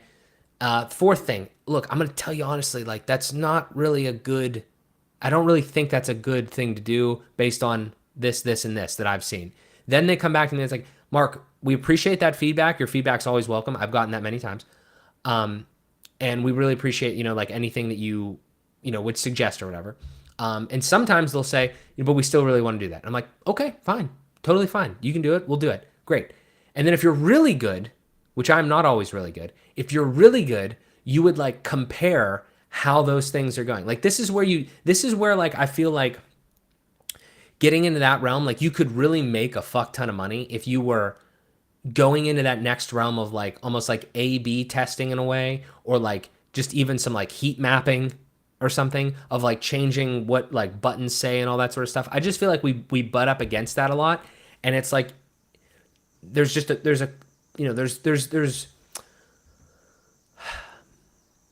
room there. Like there's room to like be, hey, this is a good idea. This isn't a good idea. Like, maybe let's actually like, I thought I heard a weird noise from my little Google thing. Don't want to trigger the G word, but anyway, yeah. So I don't know. I mean, again, good stuff. But just riffing here. We definitely manage content for some sites, but we work with a lot of marketing agencies who are managing client sites, and they have non-dev marketers who need to manage content. Yeah, I mean, 100%. Yeah, if you're in that spot, then it totally makes sense. I'm just telling you that I don't think a lot of people are like that. And I mean, like seriously, like let's just break this down for a second. How many people are building websites nowadays? It goes back to what I was saying earlier. Like we're talking about all these people, and we're trying to get more people to build websites, DIYers or freelancers or whatever. Great, awesome. But there's so many people building websites. They're not all building websites for people that have internal marketing teams or working with marketing agencies. Like they're dealing with like just random other people that haven't built their own website. Like again, like a plumber or something like that, like a one man show. And I just don't know. It's just so different every single time. But I mean, again, that case makes total sense. Peter, what's up, brother? I take the time at the beginning of the process to discuss the options, understand their situation, needs, skills, requirements, etc., and then make recommendations for me. There's no one best way. Yeah, I mean, definitely. It's different strokes every time, and we got to educate. And then again, I'll give you more specific insight onto what's happened to me. Kind of like I take that same approach, and then I'm like, well, you know what, this is great. But at the same time, it is it's like basically extremely inefficient, because now I have to like re-explain every single thing to every person. So then the next step in my mind would be, okay, we're going to make content as an agency to, which I've not fully done because I've kind of been talking to like my colleagues kind of on this channel. But like my next step would be, if I wanted to scale the agency, I'd be like, okay, I want to make content specifically at the people that we want to, that like the last 10 clients we've had. What have we talked about in our meetings? Like in our first meetings, like who are you? What do you need? All that sort of stuff. You just make a video or 2 or 10 or 20 about those types of things, and you say, and like you try to get that in front of those people, and then you build that a little faster. Hopefully, the idea would be that more people would see that. And I'm just riffing on random content marketing strategies now, but I'm saying like there's got to be a way to kind of like, that's fantastic. And then the next thing would be like, how do we make this more efficient? Like, is there a way we could talk to more people about the same thing, get them kind of involved a little bit, and then turn around and be like, okay, so you are already kind of like, no, we kind of like already kind of like pre-qualified you. You know some of the answers to these questions. Let's actually see now if maybe the budget makes sense, if like what we're selling you actually need, that type of thing. So, but yeah, I mean, I totally agree with that. FSC wise, FSC, why have a CMS if the client doesn't need to be in there? Why have a CMS if the client doesn't need to be in there? Um, yeah, I mean, I would say that you still should have a CMS because we should probably. It's nice to do it. I mean, it's definitely abstraction for more people to build websites, regardless if they're a developer or not. But yeah, I mean, I agree with that. I mean, if I think I'm understanding this question correctly, Max. Yeah, I mean, again, it's definitely great for the client and the developer. I feel like too, or the builder. Um, exactly. That speaks to the importance of discovery calls and client relationships. Yep, 100%. Why have a CMS? Oh, why have a CMS at all if the client doesn't need to go in there at all? For stores or web apps, it's something else. You're just adding security risks if it could be static. Oh, I see what you're saying. Okay, okay, all right. So yeah, I mean, I would say I haven't messed with static sites. Go check out Brennan's channel, Brennan O'Connell's channel on some of the static things. But yeah, I mean that makes total sense. Yeah, just it'd be tougher. So yeah, I don't know how to build a static site currently because I haven't tried. But yeah, I mean, from what I understand, you have less access to it. You don't have that CMS portion. So if it really doesn't need any of that content, then I would say just go that route. Um, I'm sure there are sites and companies out there that need that.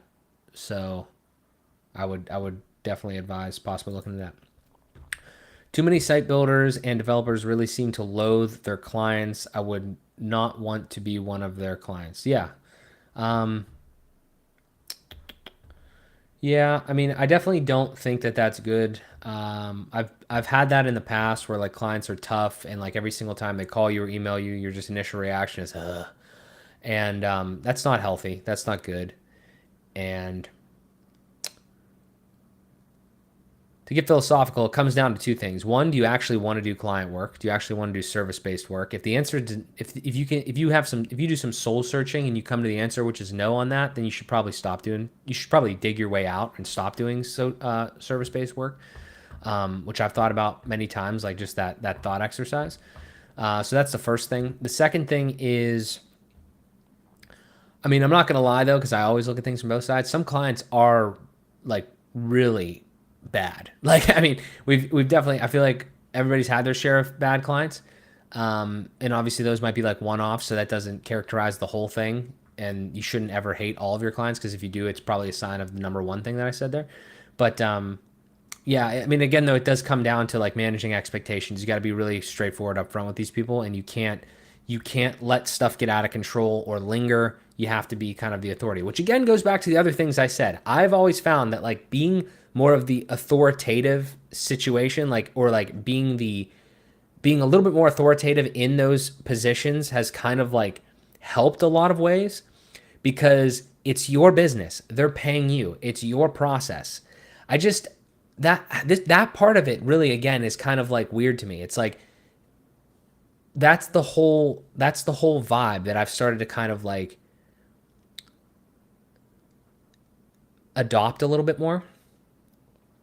And truthfully, it's helped because you set the expectations. They're going to follow your process. They're going to pay you when they pay you. You're doing the process on the times that you're doing it. Even taking some of the stuff away from them as far as like creating the initial content, because that's another big thing that everybody gets caught up in, right? Not getting content from their clients in a timely manner. So there's just a lot to be looked at there. And I don't know. I don't know. It's kind of an interesting thought. What do we got? I love my clients. They pay me. They pay my bills. There you go. The ones that pay less are typically higher maintenance. Yep. Weirdly, I had to build a site using HTML and CSS only recently. Forgot how much I love doing that. That's cool. That's a cool experiment. I should probably try that again. Haven't done that since college. And if it's static, you can host it 100% free with Cloudflare anyway. That's awesome. Sorry for the typos. I'm on a walk, just getting some fresh air, typing a walk. All good. All good. Good to see you're good. You're doing well, Max. Looking forward to chatting with you tomorrow. Lesson one, never be afraid of firing your clients. 100%. Totally. Got to fire the bad ones. Let's take a look here. There are definitely bad clients who should be fired, but I hear designers, developers generally thinking the client is stupid and should touch the dev site forgetting it's a client site. Yeah, so a couple random things there. One, I would never ever advocate that like you the developer or the the agency or whatever ever trap the clients either. I've seen a lot of shit like that. It's their site. I truly believe that. You put a price tag on that website, 10,000, 15, whatever. And when that money is paid and that site is completed due to the scope of work, they own that website. They own the code on that website. Like, it's probably too specific, too generalized of language, but they own the design of that website. They own everything that you built for them. That was a service that you did for them. Just like if you would, paint a painting and hand it to them, they own that. So they own that thing. You maintain it, obviously, as we all know, with care plans and everything like that. That's a separate service, and that's a maintenance service. But they own that website. They should always own their domain names. The hosting is tough because I do think that a lot of clients, while they may want to do that, that's a very easy and good thing to put in the maintenance contract. Here's the problem, okay? The problem is that like it or not, there are some agencies, developers, designers, whatever, that are bad. Just like there are some plumbers that are bad. Just like there are some clients in general that are bad. So the issue is that you're never going to not have bad service providers or bad products. Like that's never going to happen. Like, so I'm only speaking to people that want to get better, and actively want to try to get better. And I've always wanted to try to get better and learn, try and share everything that I do. So when I figured out that it's a bad idea to to own my client's valuable asset of their domain name, I stopped doing that. And my clients pay for it now and own it and everything like that. What I could do is I could include in my maintenance plan perhaps a little service that I automate or do myself where I tell them when the thing is about to expire, just to make sure we have no problems, because that would be a pain in my ass if we did have problems, and they'd probably blame me, even though it would be their fault for letting the thing expire. We could do that. We can definitely host the website because that's much more of a technical thing, but you have to make sure that you're an actual good service provider, put it in your contract and everything like that. It's like, hey, if you ever want to leave, you can go, leave. We just have a couple of rules. Tell us 30 days in advance so we can put together the right process or what have you, whatever your process is, to either delete this website if you're done with it, zip it and back it up and give it to you if you're done with it, or possibly you can handle this however you want, facilitate you switching it to a different thing. Like if you found a better WordPress agency that you want to deal with, we're good. This is business. This is not personal. Go ahead, go do your thing. You got to make the best decision for you. We'll do XYZ to help you move it or not, or facilitate whatever it is, right? But those types of things, all of this comes down to a lot of it is people are hating clients and their exchanges with them a lot of times just because they're not managing expectations well enough, and a lot of times it's because they haven't been doing it long enough, or they haven't been burned enough, doing enough and getting burned enough, or they haven't been looking at other people to see how other people have been getting burned, and then being like, oh shit, I never want that to happen to me. I'm gonna put that in my process, put that in my contracts or what have you, so then they can do that. So that's what I've seen. And yeah, I don't think you should think your clients are stupid. I do think you should understand that it is their site. At the same time, because two things can be true at once, I do think that a lot of times you need to understand, just ask the question, are you coming to me because you think that I'm no marketing or no whatever, maybe not like that, but if they're coming to you thinking that you're going to help them marketing wise, because a lot of times I feel like people do that in our industry. They're like, oh yeah, you can do websites. Do you do SEO? Do you do XYZ? They're asking those questions. They make no mistake. I'm gonna go on a limb here and say this is a relatively generalized truth. when a client asks you, like, do you do SEO as an example or any sort of like marketing thing, it's because they don't know how to do it. They don't want to do it, whatever. No, every time somebody hears the word SEO that's not involved in that realm, they assimilate that in their mind with money. Like there's no way they don't. Like money or at least brand awareness, which ultimately ends in money. I don't want to say like everything revolves around money, but in business, like you have to make a profit and people want to make more money. So that is where that goes.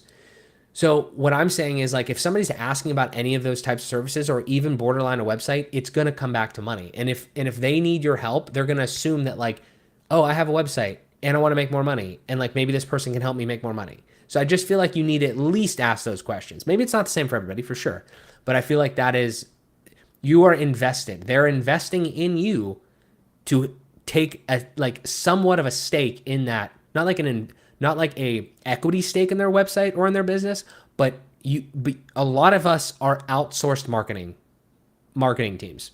So that's what I would say is just think about that. Make sure you're all on the same page.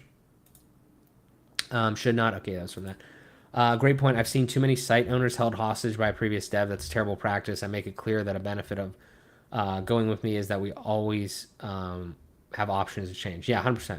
Have to do that. If the client doesn't need online changes, use an offline CMS, deploy updates as needed, and use GitHub for version control to avoid security risks. I like that. I've never done that, but I like that. I always love the question, why do I not rank number one for keyword XYZ? You have zero authority. I mean, honest to God, like that concept right there, if we could just educate more people on that concept, not even from an SEO standpoint, but just the fact that like this part right here is what really I don't know how to describe this, but this part of web design and marketing is the other part that I really love is like, okay, for some reason, I'm being a little too generalistic here, but like for some reason, there are a lot of people that are new to the internet or they're new to marketing or they're new to business, okay? And they can't see the correlation between the internet and the real world. Let me explain what I mean. The internet was created by real people, okay? Humans. And humans kind of like are all different, but there's a lot of like natural shit that goes on with like in between humans, interpersonal things and stuff like that. So let's take a step back. Before the internet, how would you have known if some place was good or not? I don't have fucking Google. I'm not going to go review them. How are you going to find that out? Well, you're going to see what they say and you're going to see what other people say. You're going to see what they hang in their store window about like how good we are or like what we sell or what have you. And then you're going to walk down the street to Jane's house and you're going to say, hey, Jane, have you seen that store up the street? Is that any good? Like, what do you think there? Should I go there? Whatever. Or should I go to this doctor? Should I go to this dentist? Like, whatever. Okay. So that was how it used to be, right? And then like we had technology and we're just like adapting technology to kind of fit certain like human behaviors and obviously extend it in certain cases, but that's the case. So the way that I've always thought about this, and I can't believe that more people don't understand it, but we have to do a better job at understanding it because once you say it in a certain way, then it's like, oh, that makes total sense, is that you have a website, which is like your business identity or your personal identity on the internet. And then you have what people say about that and like who is talking about you. It is so similar to like the idea of your own personal reputation. It's obnoxious. Like that's all like SEO really is. There's a lot of technical shit for sure. But that at the core of it, that is how you explain it to people. It's like, listen, the more you talk, the more people are going to maybe not listen, but the more people are going to like know about your name or know about your business. You have to talk. What does that mean in SEO? You have to write or you have to put videos up or whatever. We'll just say write because obviously we're still in that phase where text is kind of still the content is king thing, but it's changing. But you have to write. Okay, so you have to talk in real life. You have to write on the SEO thing. Okay, makes sense. Well, okay, well, what else? Well, you're talking, right? Well, in real life, if you know more people, if you have more friends, if those friends are talking about you, then doesn't that kind of correlate to the fact that like you would be more popular, or at least more people, like more random people might end up knowing about you, right? That would make sense, right? It's like if I'm friends with Jane and Sally and Sam, then their friends now might end up knowing about me because they might talk about me, right? Okay, well, that's fucking backlinking. I mean, it's like I have my website XYZ, ABC site links to my website in a blog post talking about me or whatever. That's backlinking. It's the same thing. It's like your personal reputation coupled with your reputation with other people, and that going out like that.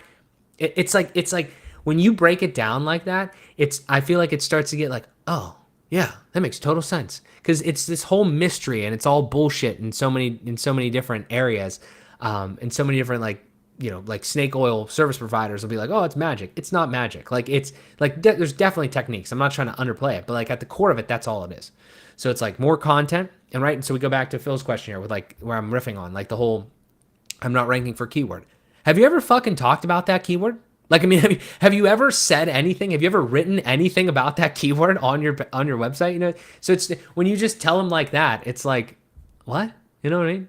Have you ever tried to connect with any other business or any other, like, person, like in real life, like that could potentially share some of your content or share some of your insights or express to their circle that you're a good company or a good person?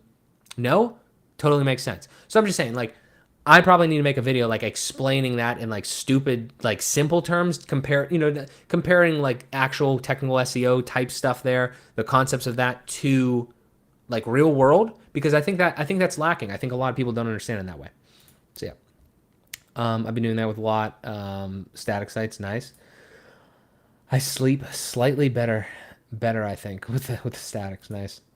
I would suggest any site you build, constantly throw it through Screaming Frog. So many quick wins for technical SEO. Nice. Yeah, I've heard of Screaming Frog. I haven't used it enough. I've got to do that. Yeah, WordPress is headless, or hidden CMS is needed. Nice. I feel like I should have eaten a gummy before I got it.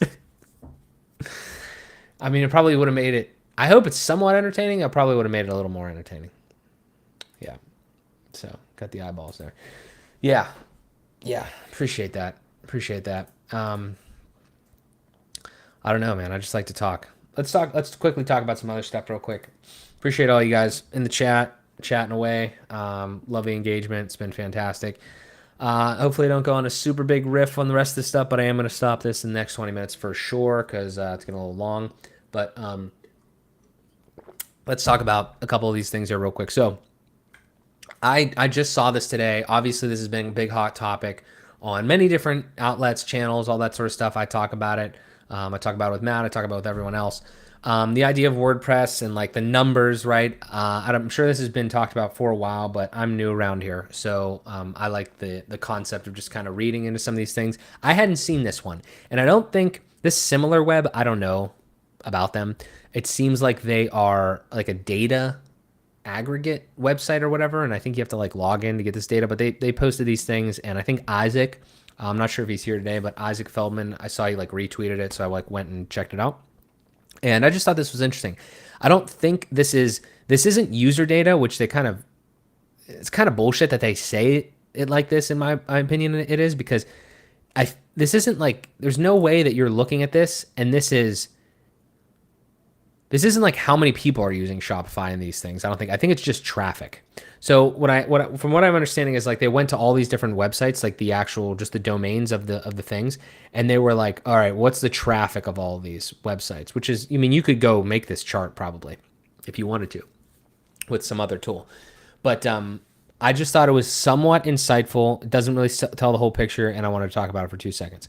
So we got these domains here of website builders, effectively Shopify, Wix, GoDaddy, etc. We have their traffic share numbers, and it's sorted in that order from greatest to least. And then we have male versus female, and then we have 18, 24, and 25 to 34. We've talked about this. Brendan and I talked about this in our live stream. Matt and I talked about this in our live stream.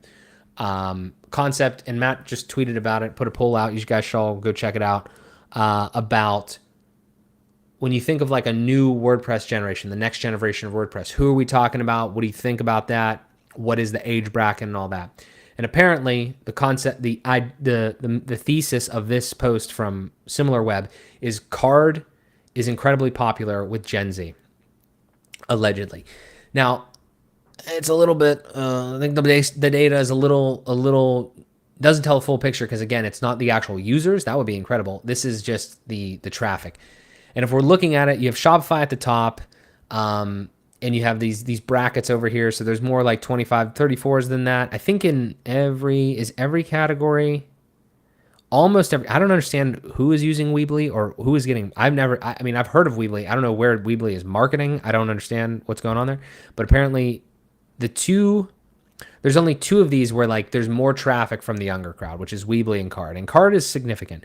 And I've heard of Card from some other people before, and I don't know enough to necessarily speak on it. All I remembered was like free like little sites that you could just build really fast and really quick. To me, that totally makes sense because when you're young, you probably just want, probably don't have a lot of money, and you probably just want to create something like really like, I don't know if it's like, I don't want to say silly, but like really just something quick for your thing. Now, there's obviously integrations and stuff. I actually interviewed this guy a while ago, different channel, different life. But his name was Max Mirho. If you've ever seen him, at that time he was called the Entrepreneur. But if you type in like "make with Max," you'll find him. He does a lot of really cool like small builds of like prototype stuff. And I know that he used Card a lot. And I'm sure other people probably use Card a lot, obviously. But the idea there is I feel like it's towards just quick, simple, smaller things. I don't even know how you host them. I know there's definitely like free sites on there and they give you like a subdomain or something. So there's just a lot of different interesting nuances to that. But still, regardless, even though this isn't telling us like the user base, it's still interesting to see that this is like, it's still interesting to see that the traffic to like age range is so like crazy. You know what I mean? Like 50% of their 4% of traffic. I guess this is like 4% of all these domains traffic, maybe.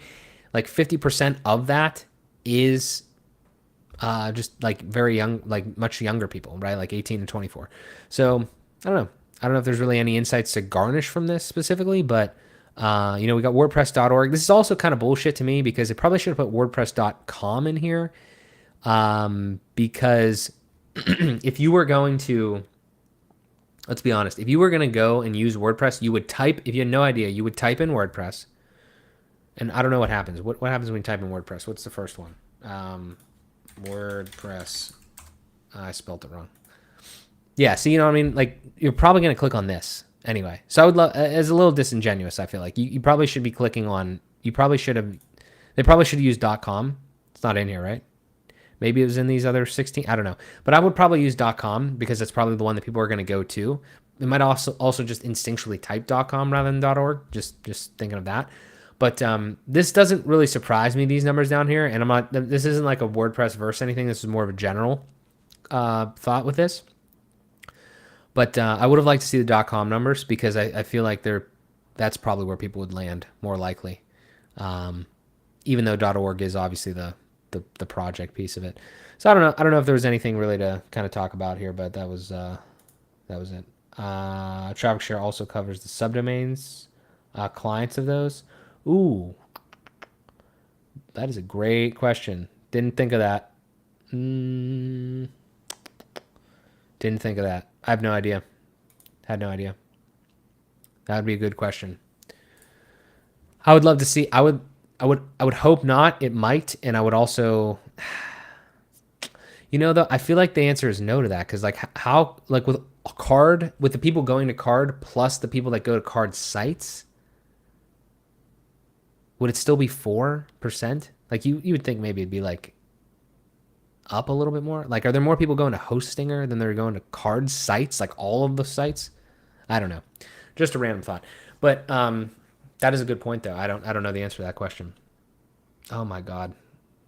Look at this guy. This guy's going crazy. Thank you, Matt. Didn't need to do that, buddy. Appreciate you. Smash the like button. Yeah. So yeah. What else we got? Tweeted about traffic. Did that. Okay, let's see what else here. Just to wrap up. Get rid of this. Okay, obviously we all heard about this Webflow thing. We talked about it. A lot of people have talked about it. I'll just echo the stuff that I said with Matt the other day. Is I would just say that I don't care that Webflow did this. Like, I think that they should be able to do this from an operational standpoint. They shouldn't be not allowed to raise their prices. I don't think that's good for anybody, that there would be regulation on like prices and stuff. Also, I think Kevin Geary talked about this too on his stream on Tuesday, I believe. But I would say that this is weird, but I don't know if this guy, I don't know enough about Nico. We might end up talking to him, I think, as well, maybe on this channel or something like that, or whatever. But this type of thing is just interesting. I mean, it's newsworthy, more or less. You gotta think about like these types of things when you're trying to buy into something. I think, I liken this to when I started with shared hosting and I started building stuff, and I was like, I didn't know what I was doing, and I started building like more intense websites. And I was like, how do I make this shit faster? And then I was like, oh, I have like really noisy neighbors, or like there's 2 million websites on this same box. And it's like, that's kind of where you end up running into with some of these things that are closed source, because you don't know what you don't know until you get burned.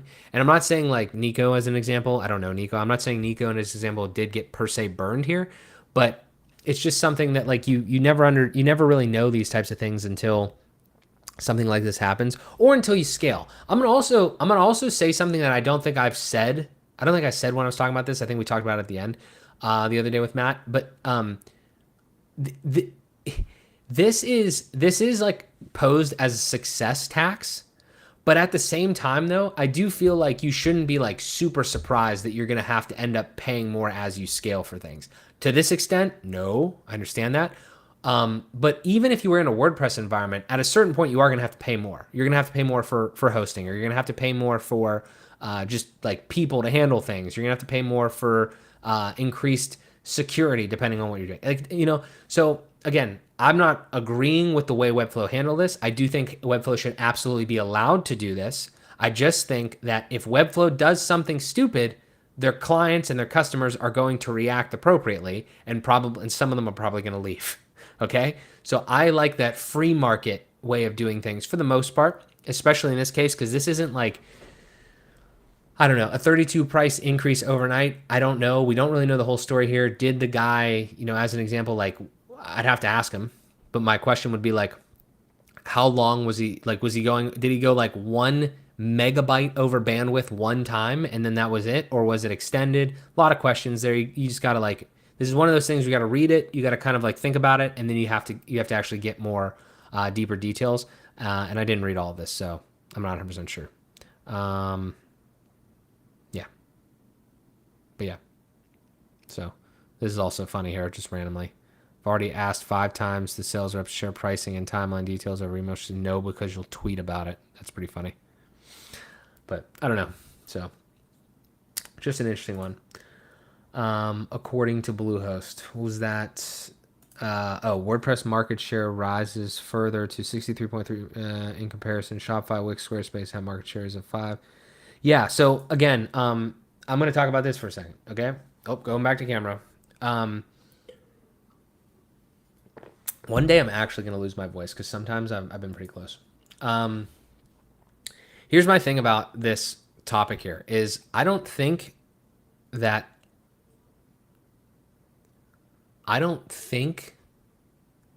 any of these other products are really going to touch WordPress necessarily from that perspective. From what I've seen, I don't think that's the issue. Because of the numbers. You know what I mean? Like if you look at the real numbers, you can see that WordPress, just by the numbers, is way ahead. You could have more nuanced discussion about, are some of those sites dead? Like what's the real number there? It's still probably pretty high. I love WordPress. I want to see it continue to thrive. I would like to see it continue to thrive with the group that it is with, right? Like the people that started it. I would like to see Matt Mullenweg try to like, continuously do that where like, maybe he moves on at some point or whatever, but like it continues the same way, like in a sense. It doesn't like get forked somewhere else and then continue. Because I mean whatever. It would just, I don't know. I just feel like on the surface that would kind of be cool. My thing is, and I don't know if other people have said this.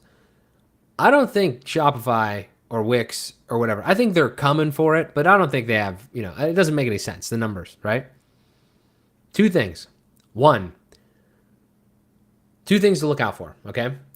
The first thing is that people are way, way too comfortable with the idea of not owning their data, okay? Like we have to, this, okay, I'm going crazy. We have to, somebody clip this. We have to be way more observant and understand. This is, okay, there's too many topics. I got to settle down. We have to be way more understanding and observant of what the actual world is doing rather than just WordPress. This is why I talk about the young people thing, because I feel like I am in the younger category right now. Won't be forever. And I'm seeing it from the wisdom side of people. Like I'm seeing their wisdom, but I'm also seeing the people, like what's coming up behind me a little bit. And they don't give a shit about just handing all of their data over. And even me, I'm not even like a staunch like privacy or like data ownership guy. Like I love it for obviously as much as I can, but we're just like the trend is surrendering the data to corporations. I'm not saying it's a good trend. I'm just saying it's a hard trend to get away from. Okay. Take that and move it into this realm. If we hold the mentality that we're too big to fail, for lack of a better term, or too big to be like taken like up in that tornado of people just giving their data away and all that sort of stuff, I don't think that's a conducive way to move this thing forward. I don't think that's a really good way to think about the situation, because I think it lacks a lot of reality. The fact that everyone is on these apps and TikTok and shit, and they don't even like think about websites as much anymore. They think about social media being the way to like promote their shit, like the only way to promote their shit or get clout or to do whatever. Okay, that coupled with the AI stuff, but the AI stuff is a different conversation. That's just the reality of the situation. I just feel like, again, when I say people in WordPress have rose-colored glasses, that's what I mean. It's just like and it's not an insult. It's like, if you lack the perspective of that and understanding that everyone, to some percentage of a degree, younger people seeming way more up in the percentage on the whole, like just think about like growing up with that shit. You don't even know a better way. You know what I mean? Like you don't know that data ownership is important. So we do have to continue to educate. But I'm saying like it's very difficult to like literally go against the actual flow of what's going on. I'm not saying we shouldn't try. I'm just saying we have to be aware of it. And then when you say you're aware of it, it's like sometimes people are like, no, this is the best. This is the best. You can't be fucking blind, okay? You cannot be blind of what's happening. That is what's happening. So you have to be careful. You have to understand it at least. Take it into account, right? Go into conversations knowing that these younger people are being like, oh, I could just make a shop on my Instagram page. Understand they're going to say that, okay? Like understand that they have been wired that way, and you're going to have to do a lot of work to flip it, okay? So that's all I'm saying. I'm not saying we can't. I'm not saying this is futile. I'm just saying that's the big thing. What was the other point I was going to make? Fuck. Okay, so that was the main thing. And then the market share thing. This goes in line with this, and this is extremely important. WordPress is, I'm going to go on record, okay? WordPress is not going to lose to its competitors. It can only lose to itself, okay? That is my hypothesis and my thesis. It's not going to lose to Webflow. It's not going to lose to Wix. It's going to either lose to itself. Maybe it loses to what I just said. Like maybe it loses to just like the world, society. It's not going to lose to those guys. It's not going to lose to like the Wix and shit. It's going to lose to society moving so far in the direction of we don't give a fuck about data ownership, and this thing is not as good from a product standpoint. That's one. Way more likely, in my opinion, or at least could happen sooner, is it loses to itself. It implodes from within. And again, not the end of the world because you could just take it and fork it. But if we're being honest, what is the likelihood that that like ends up happening? Like, how could we? If we're on a trajectory like this and we fork, don't you think like it's kind of going to go a little down before it goes back up? You know what I mean? Like, it's like, how are you just going to like, if that actually, because everybody cites like a classic press, okay? And they're like, this is ass or whatever. I've never used it. I'm just saying, like, they'll cite the forked things. I'm like, it's not as good as WordPress. I'm like, okay, well, if WordPress was gone and you forked it to something else, it's like, is everybody just going to move over there? I find it hard to believe. So my point is, WordPress is way more likely to destroy itself than it is to be destroyed by those other things. So we need to keep them in the rearview mirror and understand. And I also do think that it would be nice to like maybe be like, hey, these guys are spending millions of dollars on market research on what they are doing, like the features they're adding and the UI and the UX and all that sort of stuff. Why don't we just watch what they're doing and steal some of the shit? Like, you know what I mean? Like, that's another question I don't understand. I don't have the answer to. I don't know why we don't do that. But my point is like, that's truly where I'm at right now because of so much of the infighting. It's like it's going to destroy itself. It's kind of like the United States. It's like nobody else is going to fuck with us. Like it's like we're going to we're going to just destroy ourselves. That's what's going to happen here. So I hope that doesn't happen. I'm not on record saying it's going to happen. I'm saying that I feel like that is way more likely than like Wix all of a sudden has 65% of the market share tomorrow. So I'm off the soapbox, but love the data here. And I don't know. We'll see. We'll see what the future holds. There was another instance a while back where they got comparable notice because of exceeding the number of database items or something. Yeah, there's like they charge you by CMS items, you know. So I don't know. I love CMS items. I don't know if I could do a limit on that, but yeah. Good morning, D123. Good to see you here. Thanks so much. Market share does not equal usage for clarity. Right. Yeah, 100%. Drives me crazy that we see stats without knowing clearly the sources, methodology, margins of error, etc. The numbers get reported as absolute truths, indicators, sure, but maybe not the facts. Yeah, I mean, I think we need to like take the stats into account and hopefully get better stats. That would be great. But yeah, I mean, we've had this conversation before, Peter. I think there's not really a way to get actual hard stats in the game that we're in currently, like especially with the open source nature of this. But again, I would actually harken back to what I just said. I don't know if it's going to be we could have 1 billion sites. You know what I mean? Like it's like I don't know if that's the thing. We gotta try to figure out kind of where we're going. Always be constructively critiquing, but not divisive, I guess would be a good way to put it. Great stream, Marks Manson. You have to head off, cook some food for the fam. We'll keep an eye on your vids, living, etc. Keep up the fight, pal. Appreciate it, Phil. Thank you so much for being here, man. I'm honestly probably going to head out here myself because I don't really have too much else to chat about, I don't think. Guys, this has been great. I do want to chat more about the meetup stuff and everything. I'll say it real quick. I think the meetups are great. I've been to a lot more. Peter, I missed your Hartford one. I don't know what the hell happened on Tuesday. I wanted to go to that, but if you have one next month, I'll definitely be there. As long as I'm not doing anything. Yeah, I don't think I'm traveling or anything. Yeah, I think the meetups are great. I just think everything that I said kind of like comes, honestly, some of it from the meetups too, is like we have a lot of people that are really willing to help and have been in WordPress for a long time.